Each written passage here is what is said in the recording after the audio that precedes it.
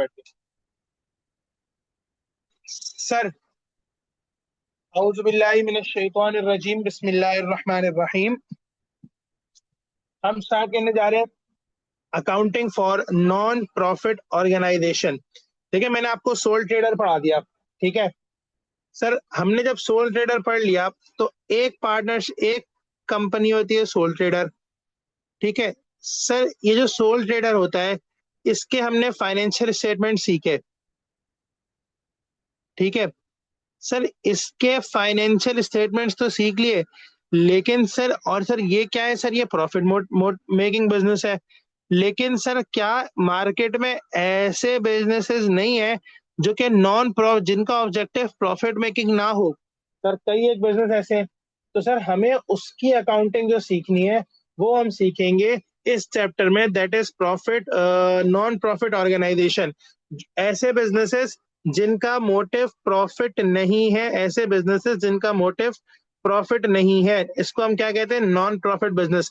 हमारे यहाँ पर इस तरह के बिजनेसेस आमतौर पर एसोसिएशन होती हैं, सही है, क्लब्स हो सकते हैं, ट्रस्ट हो सकते हैं, और एक्सेट्रा अदर्स वगैरह, चैरिटी बिजनेस वगैरह हो सकते हैं। अगर मैं इसकी एग्जांपल दूं तो आपने पाकिस्तान में नाम सुना होगा ईडी का, आपने पाकिस्तान में नाम सुना होगा चीपा का, आपने पाकिस्तान में नाम सुना होगा जेडीसी का, आपने पाकिस्तान में ट्रस्ट वगैरह में से आपने नाम सुना होगा institute of chartered accountants of Pakistan का।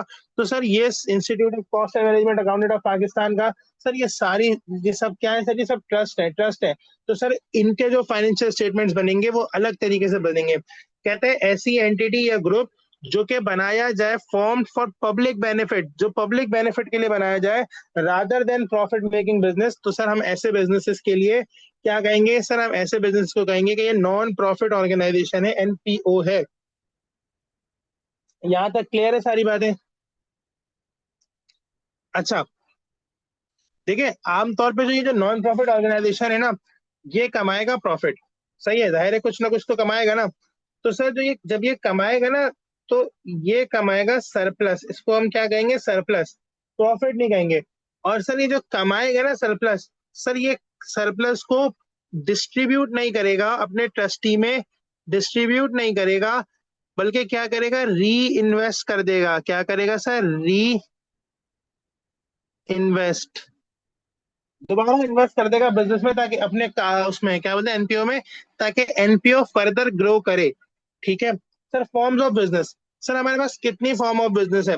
वो कहता है भाई हमारे पास सोल ट्रेडर हो सकता है। ठीक है, आप सब में से अक्सर और बेशतर तकरीबन सब लोगों ने बिजनेस भी पढ़ा हुआ ही होगा। वो कहता है भाई सोल ट्रेडर हो सकता है, पार्टनरशिप हो सकता है, कंपनी हो सकता है। वो कहता है ये सारी चीजें क्या है? प्रॉफिट मेकिंग ऑर्गेनाइजेशन है। लेकिन हम जो इस टॉपिक में बात करेंगे, ना सोल ट्रेडर की बात करेंगे, ना पार्टनरशिप की, ना कंपनी की, हम किसकी बात करेंगे सर? हम बात करेंगे नॉन प्रॉफिट ऑर्गेनाइजेशन की। डन है सर? डिफरेंसेस क्या है? देखें, हमने आमतौर पे ना प्रॉफिट एंड लॉस बनाया था, किसमें किसमें बनाया था हमने प्रॉफिट एंड लॉस? सर, हमने प्रॉफिट एंड लॉस बनाया था सोल ट्रेडर के फाइनेंशियल स्टेटमेंट्स में। लेकिन सर, यहाँ पर हम बनाएंगे इनकम एंड एक्सपेंडिचर अकाउंट। यहाँ प्रॉफिट एंड लॉस नहीं बनेगा, इनकम एंड एक्सपेंडिचर अकाउंट बनेगा। सर, वहां आप सब ने कैश कैश बुक बनाई होगी। सर, यहाँ कैश बुक नहीं बनती, यहाँ बनती है receipt and payment account. Sir, हमने वहां पर बैलेंस शीट बनाई थी, यहाँ बैलेंस शीट नहीं बनती, यहाँ स्टेटमेंट ऑफ अफेयर बनते हैं। स्टेटमेंट ऑफ, इसको हम आमतौर पे वही कहते हैं, क्या बोलते हैं? स्टेटमेंट ऑफ फाइनेंशियल पोजीशन ही कहते हैं। सर, नेट प्रॉफिट आता था, यहाँ नेट प्रॉफिट नहीं आएगा, बल्कि आपको फायदा, सरप्लस ऑफ इनकम होगा ओवर एक्सपेंडिचर, जिसको हम प्रॉफिट नहीं बोलेंगे, याद रखिएगा आप। सर, फिर हमारे पास आएगा, अगर नुकसान होगा तो हम उसको नेट लॉस बोल होता था वहां पर सोल ट्रेडर वगैरह में। यहाँ पर होगा deficit of income over expenditure. और सर, हमारे पास जहां पर यहाँ पर कैपिटल होता था, तो वहां पर उसके अगेंस्ट एक्यूमुलेटेड फंड होगा। ये क्या होगा इसको जरा देखते हैं 2 मिनट के लिए। अभी फिलहाल हम सिर्फ और सिर्फ टॉपिक का ओवरव्यू ले रहे हैं। ठीक है सर, फिर वो कहता है इनकम। देखिए, इनका इनकम और एक्सपेंसेस क्या होंगे? एनपीओ के इनकम और एक्सपेंसेस क्या होंगे सर? ये हमें सीखना है। इन सारे, देखें, याद रखें, सिंस एनपीओ एक स्पेशलाइज्ड बिजनेस है, तो सर उसके जो इनकम और एक्सपेंसेस होंगे ना, याद रखिएगा, उसके इनकम और एक्सपेंसेस भी स्पेशलाइज्ड इन नेचर होंगे। ठीक है, देखिए, अगर अब मैं यहाँ पर ना आपको एक एग्जांपल देना शुरू करता हूँ। मुझे एक सेकंड रोकिएगा।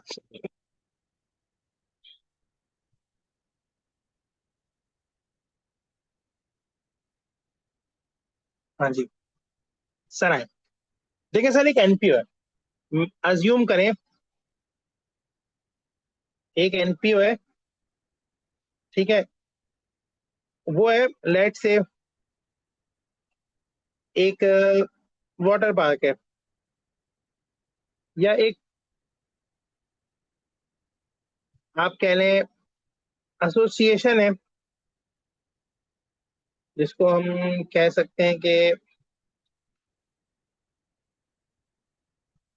आप उसको क्या कहें, इसको आप एक ट्रस्ट कह लें, चलें ट्रस्ट कह लेते हैं। या आप इसको कह लें, लेट से, आप में से बहुत सारे लोग जानते होंगे, ड्रीम वर्ल्ड का नाम सुना होगा।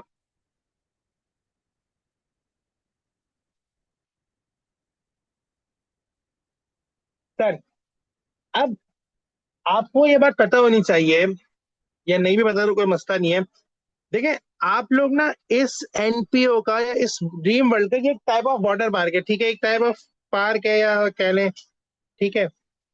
सर देखें, आप इसके मेंबर रहने के लिए, इसका मेंबर रहने के लिए, क्या आपको एक मेंबरशिप फीस देनी पड़ेगी? यस या नो में जवाब दें।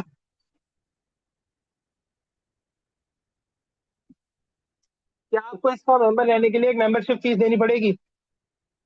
प्लीज मुझे यस या नो में जवाब दे दें। Yes sir, definitely.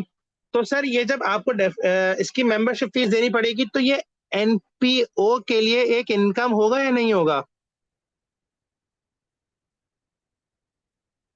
एनपीओ के लिए इनकम होगा सर। जी अब्दुल्ला भाई। अच्छा सर, उसके बाद, सर उसके बाद सर, अगर मैं एक और बात आपसे पूछूं।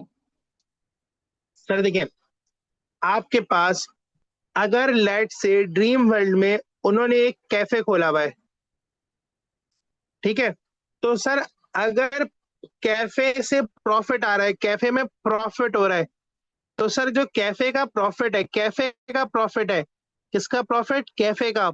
सर ये कैफे का प्रॉफिट इस ऑर्गेनाइजेशन के लिए, इस ड्रीम वर्ल्ड के लिए इनकम नहीं होगा आपके ख्याल में? मेरे ख्याल में तो होना चाहिए, प्रॉफिट, इनकम होना चाहिए। भाई वहां से फायदा हो रहा है, वहां से फायदा हो रहा है, तो इनकम होगी ना इसकी तो। ये इसकी एनपीओ की इनकम नहीं होनी चाहिए?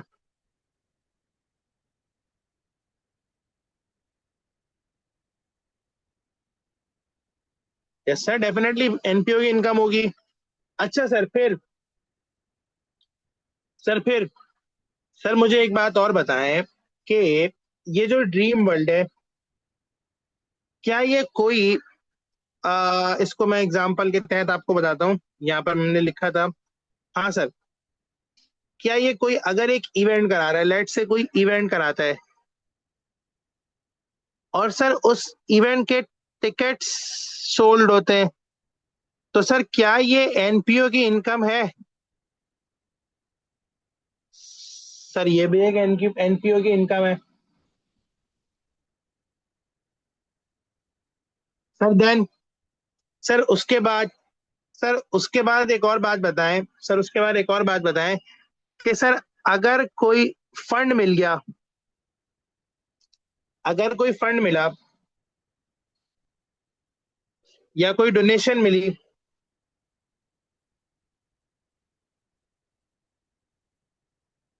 डोनेशंस रिसीव हुई, तो सर ये भी एनपीओ की इनकम है ना? सर एक बात और बताएं, कि अगर कोई लेट से, अच्छा चले ठीक है, बस सही है। अच्छा सर, अब मैं अगर बात करूं एक्सपेंसेस की, देखिए एनपीओ में लोग काम नहीं करेंगे क्या? जी मेरे भाई,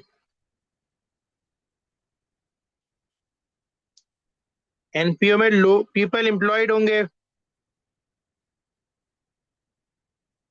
तो सर आपको उनको सैलरीज देनी पड़ेगी।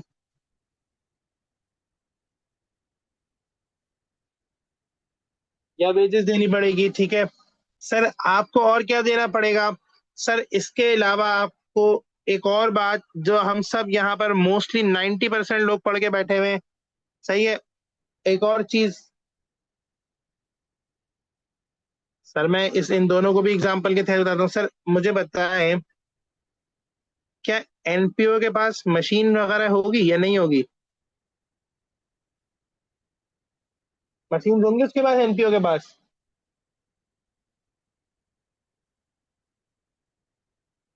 जी मेरे प्यारे भाई। Jump to latest.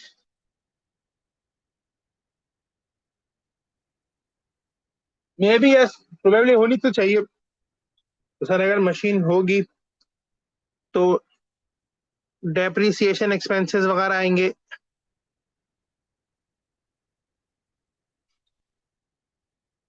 अरे भाई, चलिए इसको, अच्छा चले मैं आपको, सर आपको मैं और आसान बात बता रहा हूँ, छोड़े मशीन को हटाएं।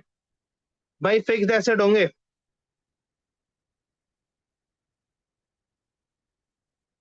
फिक्स्ड एसेट होंगे तो डेप्रिसिएशन एक्सपेंस तो आएगा ना। डन है।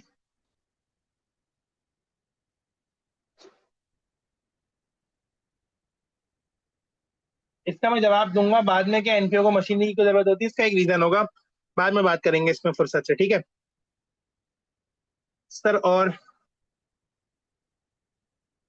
सर और ये सीन है कि सर यहाँ पर लेट से हमारे पास रेंट एक्सपेंस हो सकता है,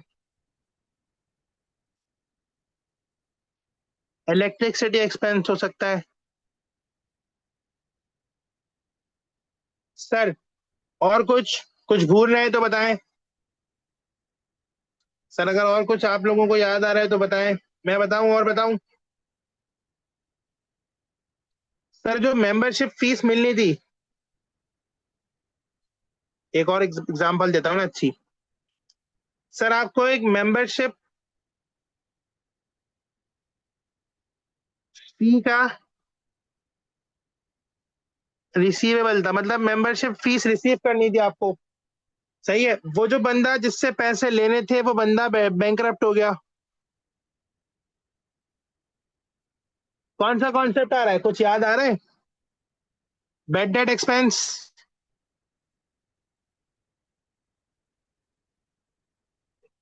है ना? ऐसे ही है। सर एक और सर और एग्जांपल्स दें। चलिए सर, बस फेयर इनफ, ठीक है। Let's start the important concept that belongs to subscription account.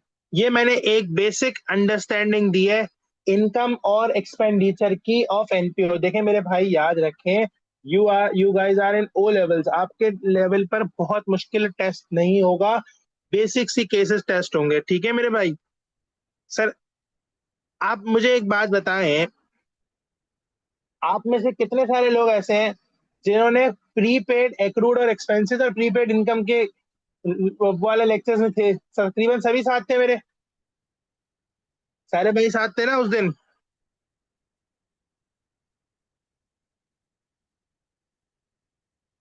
Sir आए सर, एक छोटा सा कॉन्सेप्ट कवर करने जा रहे हैं, सब्सक्रिप्शन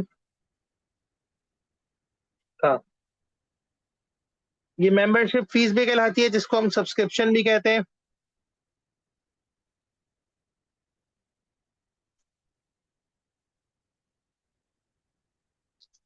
सर देखिए, अगर हम इसको रीड करें ना तो बेसिकली ये होता क्या है, कहते हैं fees collected from member of non profit organisation, ठीक है भाई।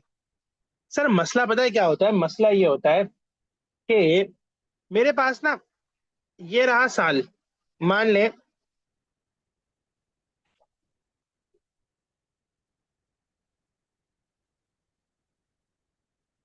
जनवरी 2025 से लेकर 31 दिसंबर 2025 सही है सर। ये एक साल है पूरा। देखिए यहाँ पर सब्सक्रिप्शन मैंने हमने डिसाइड की थी। सब्सक्रिप्शन पर मेंबर के हिसाब से होती है आमतौर पे, ठीक है।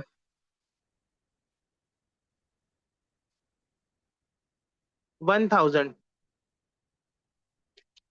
सर मुझे गौर से आप लोगों ने सोच के बताना है, क्या एट 1 जनवरी 2025 क्या कुछ लोग ऐसे नहीं होंगे, क्या कुछ लोग ऐसे नहीं होंगे जिन्होंने लास्ट ईयर की सब्सक्रिप्शन फीस एनपीओ को देनी होगी? ऐसे होंगे कुछ लोग, मुझे बताएं जल्दी से सोच के। जिन्होंने लास्ट ईयर की सब्सक्रिप्शन फीस एनपीओ को देनी होगी, है ना? ऐसे तो बहुत सारे लोग हो सकते हैं, उन्होंने लास्ट ईयर पे नहीं की हो, लेकिन इस साल उनसे पहले पैसे लेने होंगे एनपीओ को। अच्छा एक बात और, सर कुछ ऐसे लोग भी तो होंगे ना इस पॉइंट ऑफ टाइम पर जिन्होंने जिन्होंने करंट ईयर की, इस साल की करंट ईयर की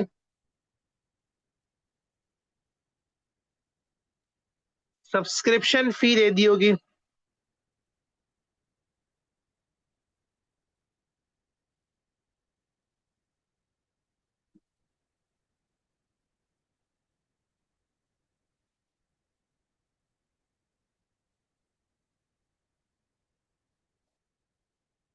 ये तो दोनों केसेस पॉसिबल है। सर अगर मुझे किसी से पैसे लेने हैं तो मैं क्या कहूंगा, भाई ये सब्सक्रिप्शन इन अरियर्स है।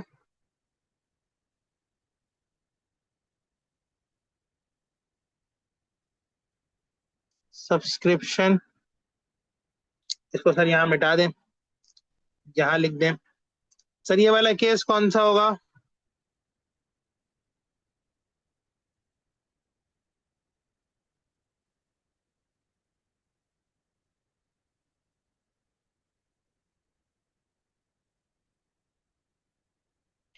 और सर ये भी जो जिन्होंने ऑलरेडी दे दी होगी उनका कौन सा केस होगा? सर उनका केस ये होगा, सब्सक्रिप्शन इन एडवांस।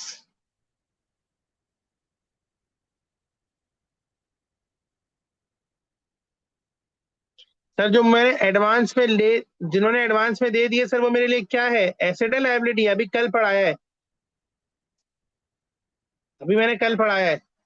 जिन्होंने हमें पैसे अगले साल के एडवांस में दे दिए, अगले साल के जब हमें पैसे एडवांस से मिल गए तो सर वो मेरी लायबिलिटी होगी, क्योंकि मुझे उसके अगेंस्ट में सर्विस प्रोवाइड करनी है। और कौन सी करंट लायबिलिटी होगी? और सर जिन्होंने जिनसे मुझे पैसे लेने तो वो मेरा एसेट होगा। ऐसा है नहीं है?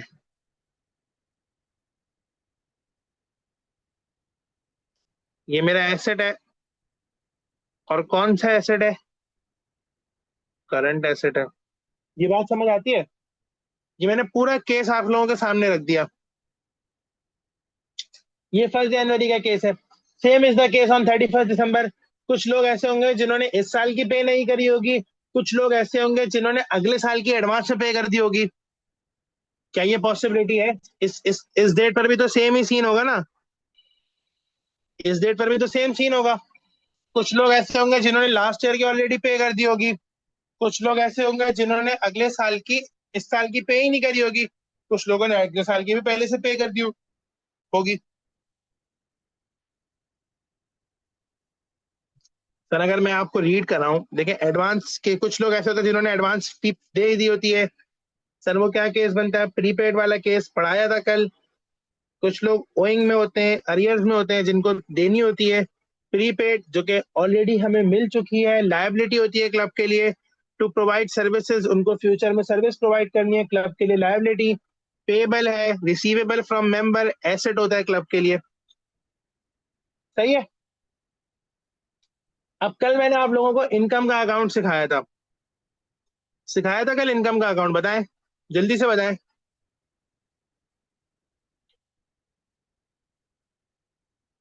कल इनकम का अकाउंट बना के दिया था ना? बिल्कुल सर। देखें सर, अब अगर मैं आपसे ये कहूं कि यहाँ पर बैलेंस ब्रॉट डाउन ओइंग वाला जो कि क्लब को रिसीव करना है अपने मेंबर से, वो आएगा ओपनिंग बैलेंस। सर यहाँ पर बैलेंस सीडी जो क्लब को एडवांस से पैसे मिल गए वो आएंगे। ठीक है, सही है भाई। सर इसी के अगेंस्ट उनका ओपनिंग बैलेंस आएगा, balance CD. Closing balance advance का क्लोजिंग बैलेंस आएगा, इसी तरह ओइंग का क्लोजिंग बैलेंस आएगा यहाँ पर। सर बैंक से अगर किसी ने पेमेंट करी होगी, देखिए मैंने यहाँ पर लिखा हुआ भी है, member have not paid their membership fee N1। Note 1 पे आए, कहते हैं member have not paid their membership fee and these are receivable from them. उन्होंने पे नहीं करी लेकिन हमें उनसे रिसीव करने। मेंबर ने सर्विस यूज कर ली, क्लब से सर्विस ले ली, लेकिन उन्होंने पैसे नहीं दिए, तो सर सब्सक्रिप्शन रिसीवेबल है हमारा।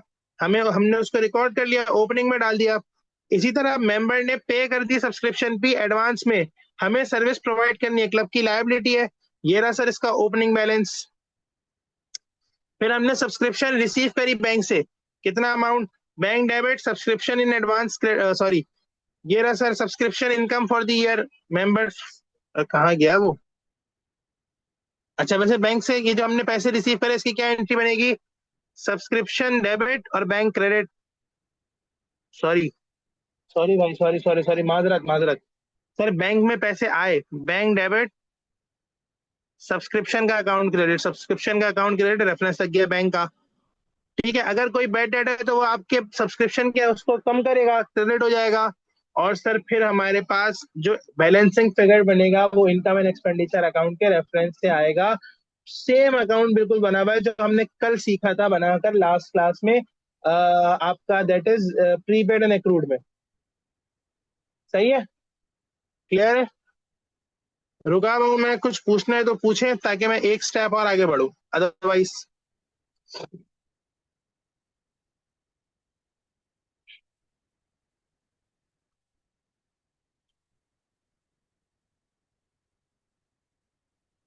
डन है भाई।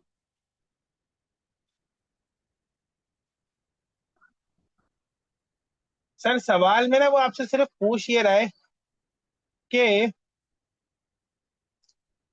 सब्सक्रिप्शन इनकम बता दो कितनी चार्ज होनी चाहिए profit income and expenditure account, profit and loss यहाँ बनता ही नहीं है। सही है, चलिए सर इसको बना लेते हैं, सब्सक्रिप्शन का अकाउंट ही बनाना है और कुछ भी नहीं।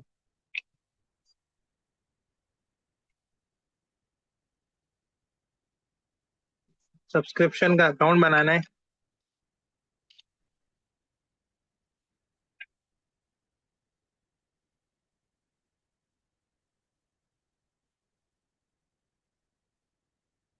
सर देखिए, सब्सक्रिप्शन बैलेंस ब्रॉट डाउन आ गया। सब्सक्रिप्शन इन अरियर, जो पैसे नहीं मिले मिलने, एसेट है आपका, डेबिट साइड पर रिकॉर्ड होगा। कितना? सर 25,000। और सर ऑपोजिट साइड पर भी यही आएगा, balance CD subscription in arrears. और सर इसका जो अमाउंट बनेगा वो कितना बन रहा है देखें जरा।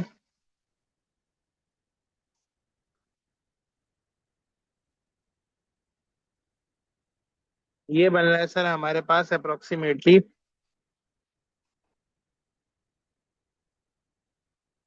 आपका दैट इज 30,000। सर फिर बैलेंस बीडी आएगा।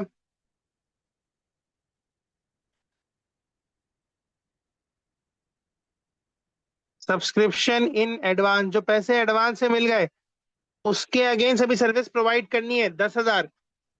10,000 मिले हैं ओपनिंग में, क्लोजिंग में कितने मिले थे सर? बैलेंस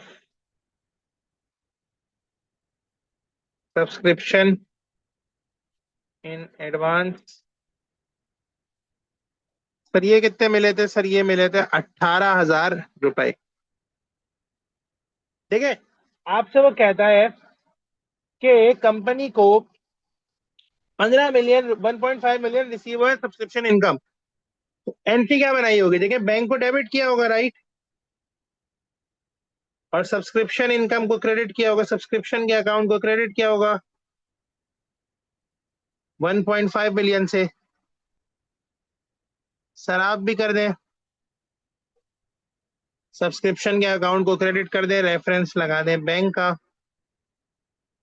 150000। सर यहां पर आ जाएगा income and expenditure account as a balancing figure.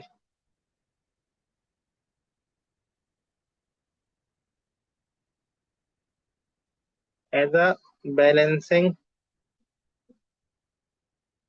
Figure. Sir amount को सम करें, ये बनता है 15 और 30, 45। और ये कितना बनता है सर? ये बनता है 25 और 35। और प्लीज इसको कैलकुलेट कर दें यार। 35, 25, 35, 40, 43, 43 और 40, ये बन गया 3। तो ये आ जाएगा 1497,000, राइट? कुछ यही आना चाहिए, 1.497, 1.497,000। ऐसा सर, ये अमाउंट आप इनकम एंड एक्सपेंडिचर अकाउंट में लेकर जा रहे होंगे। सही है भाई? Is that clear? अगर कुछ पूछना है तो पूछें।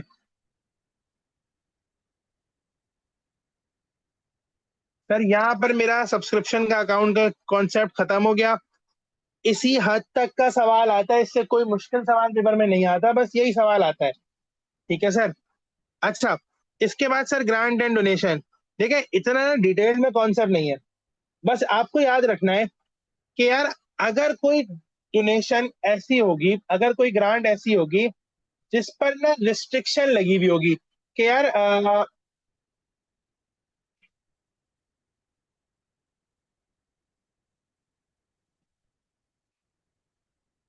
थोड़ा सा उल्टा लिख दिया हमने, खैर नहीं पता, चल रुके।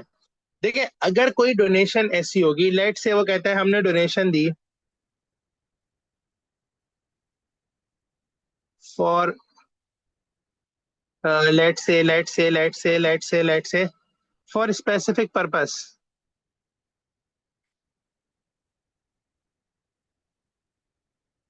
कि भाई आप ना अवार्ड, आप जब सेरेमनी दोगे ना तो उस वक्त अवार्ड देना, इससे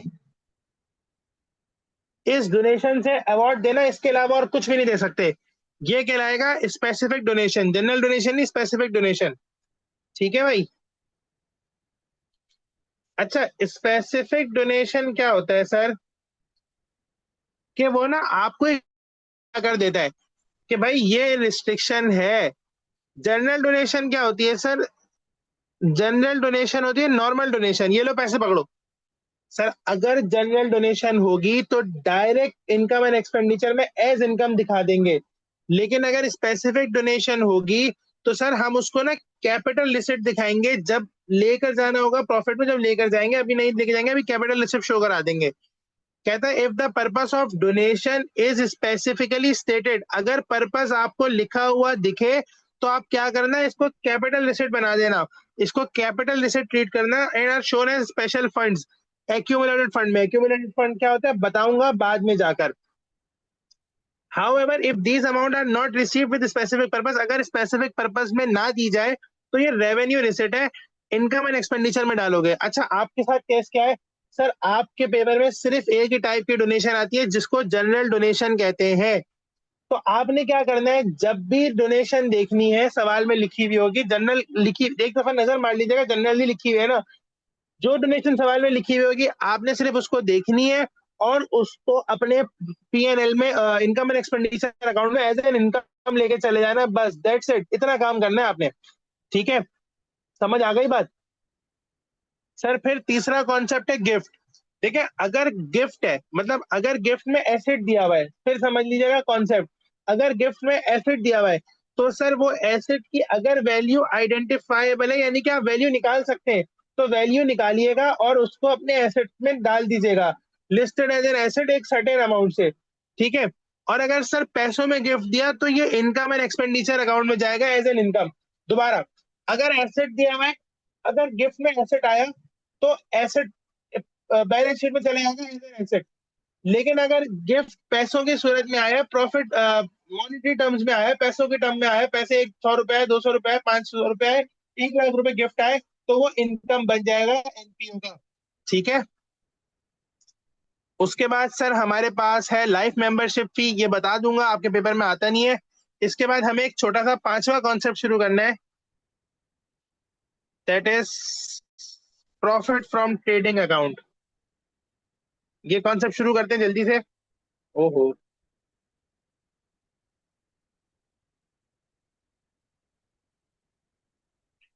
प्रॉफिट फ्रॉम